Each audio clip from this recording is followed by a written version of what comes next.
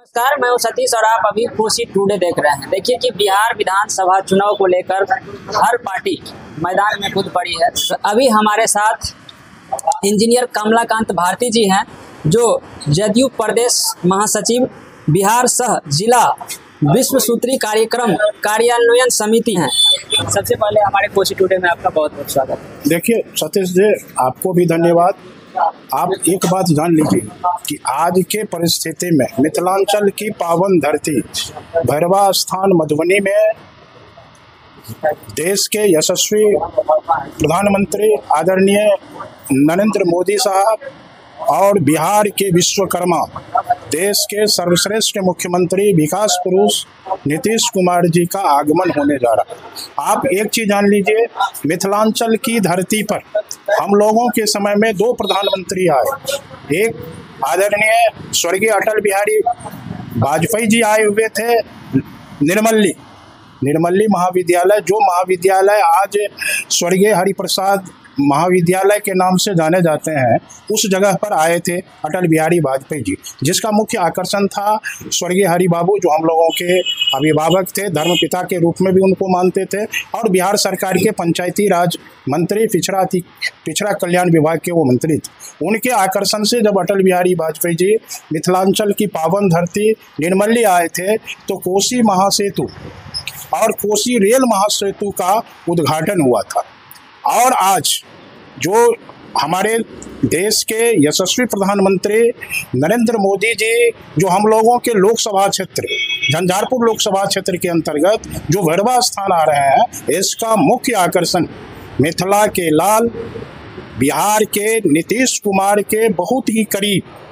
रह करके जो मिथिलांचल में आज इंफ्रास्ट्रक्चर का विकास हो, आधारभूत संरचना मद में जो विकास हुआ है, फिर पर्यटन के क्षेत्र में, सांस्कृतिक क्षेत्र में और औद्योगिक क्षेत्र में जो विकास हो रहा है, स्वास्थ्य के क्षेत्र में जो विकास हुआ है, ये इनका मुख्य आकर्षण हम लोगों के आदरणीय श्री संजय कुमार झा जी, सांसद राज्यसभा और हम लोगों के पार्टी के राष्ट्रीय कार्यकारी अध्यक्ष हैं, जिनका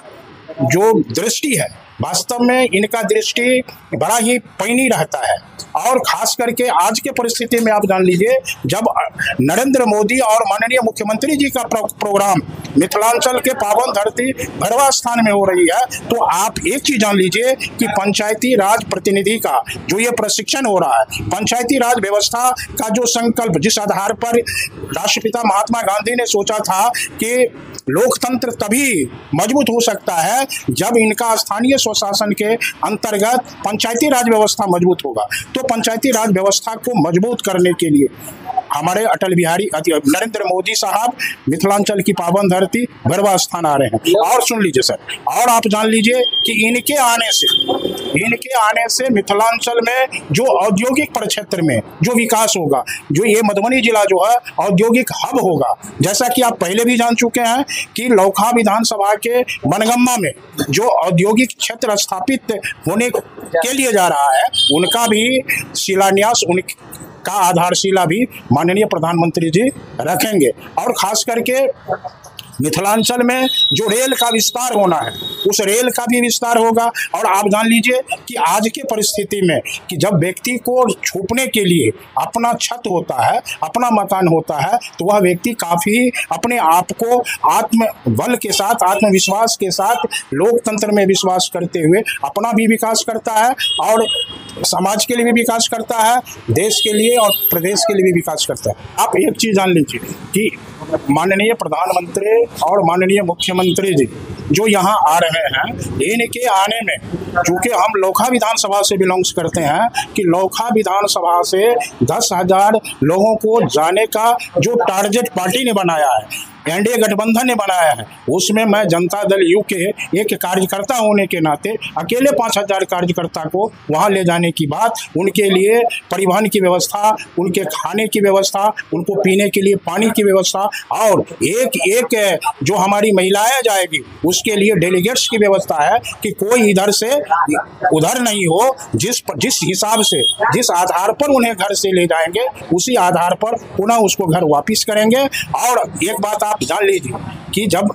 नरेंद्र भाई मोदी जो हमारे यशस्वी प्रधानमंत्री हैं, जो देश के ही नहीं शिल्पकार, आज संपूर्ण दुनिया की दृष्टि जो भारत पर टिकी हुई है, उनका मुख्य आकर्षण आदरणीय नरेंद्र मोदी जो भारत के प्रधानमंत्री हैं वो, और खास करके बिहार में जो नीतीश कुमार जी का जो कार्यक्रम है, नीतीश कुमार जी जो बिहार को विकसित बिहार के तरफ जो